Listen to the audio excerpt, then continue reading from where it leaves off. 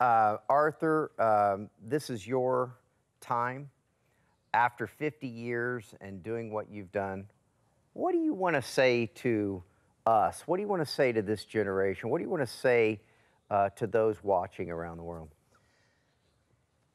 Well, I'd like to begin by saying thank you to TBN and to all the TBN family for your love, prayers, and support through the years, and to all the beautiful people that have welcomed us into your homes to eat, to spend the night, bringing out food on the roadside and other things.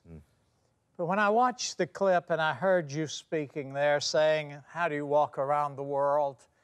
Every nation, every island group, every territory, and you said one step at a time. And the steps are tougher now. The meniscus in my left knee is almost all gone. And it is painful to walk. I want to be honest with you. There are challenges, but it's worth it. Why is it worth it? I was in Amsterdam many years ago and was carrying the cross and was with a group of YWAM, Youth with a Mission people, and others.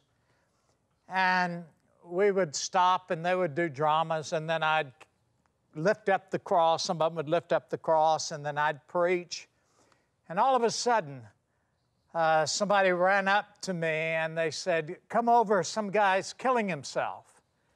And I went running over, and there was a man that was committing suicide. He had run his arm through a plate glass window and was bleeding and has bashing his head against a metal box.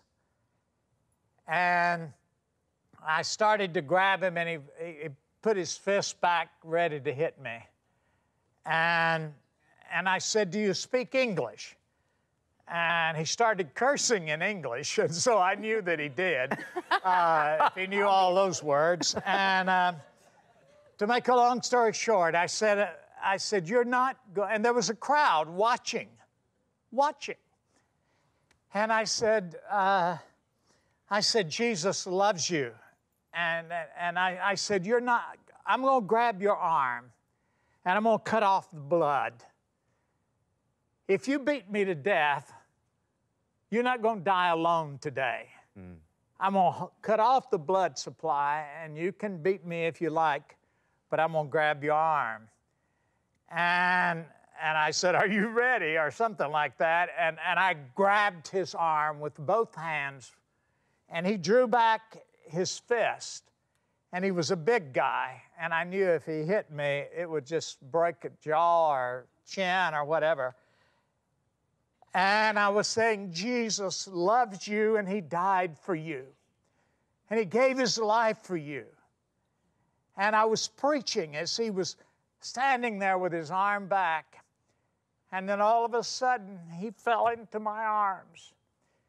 And I prayed with him. And some of the other people started talking with him. An ambulance came. Some went to the hospital with him.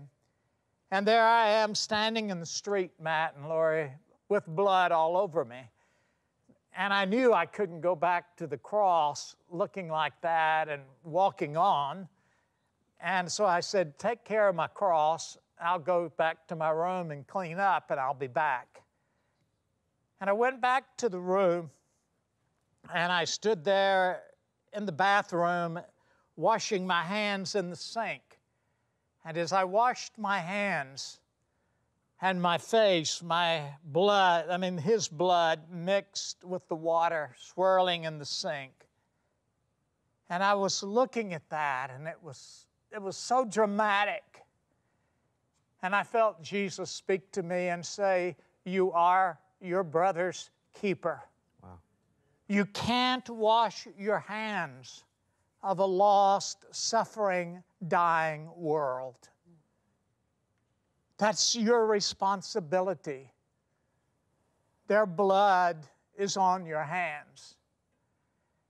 And that realization that Jesus entrusted the message of the cross, His redemption, to us to take to the world is something we can't wash our hands of.